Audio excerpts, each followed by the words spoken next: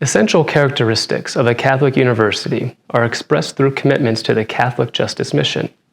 While there is no sanctioned list, Catholic social teachings are the ideals and values that have been disseminated through the papal and other church documents over time. In the late 1800s, the first contemporary teachings of Pope Leo XIII focused on workers' rights, such as those associated with working conditions, wages, unionization, and child labor. In the mid-1900s, attention was heightened on issues of war and peace, as well as global poverty and hunger. While many popes preceding Pope Francis offered calls for ecological care, it was his 2015 encyclical Laudato Si that solidified integral ecology and sustainability as a crucial theme in the rich tradition. I'll describe 6 major interconnected principles of Catholic social teaching. The first is human dignity. Human life is sacred, and the dignity of the human person is the foundation of a moral vision for society. This belief is the foundation of all principles of Catholic social teaching: that every person is precious, that people are more important than things, and that the measure of every institution is whether it threatens or enhances the life and dignity of the human person. Another is human rights. Human dignity can be protected, and a healthy community can be achieved only if human rights are protected and responsibilities are met.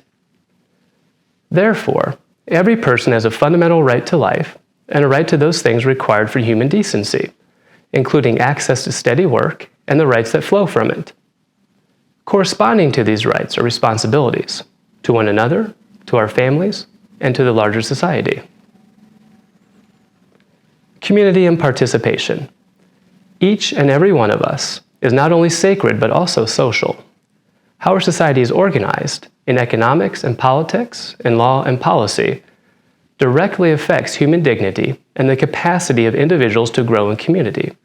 Thus, people have a right and a duty to participate in society, seeking to gather the common good and well-being of all, especially the poor and vulnerable. Solidarity.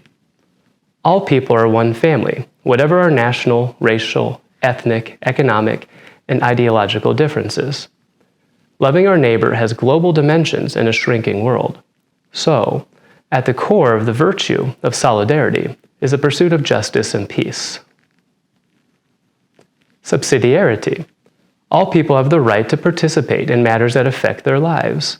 Subsidiarity requires that decisions are made by the people closest and most affected by the issues and concerns of the community.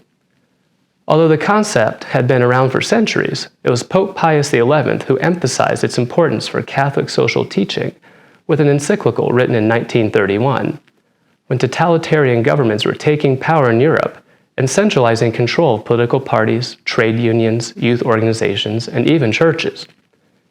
Pope Francis believes that there is no true solidarity without subsidiarity. And stewardship of creation. We are called to protect people, including future generations and the planet, living in relationship with all of God's creation. Catholic social teachings have been referred to as a committed call to action and an everyday ministry of compassion, courage, and creativity.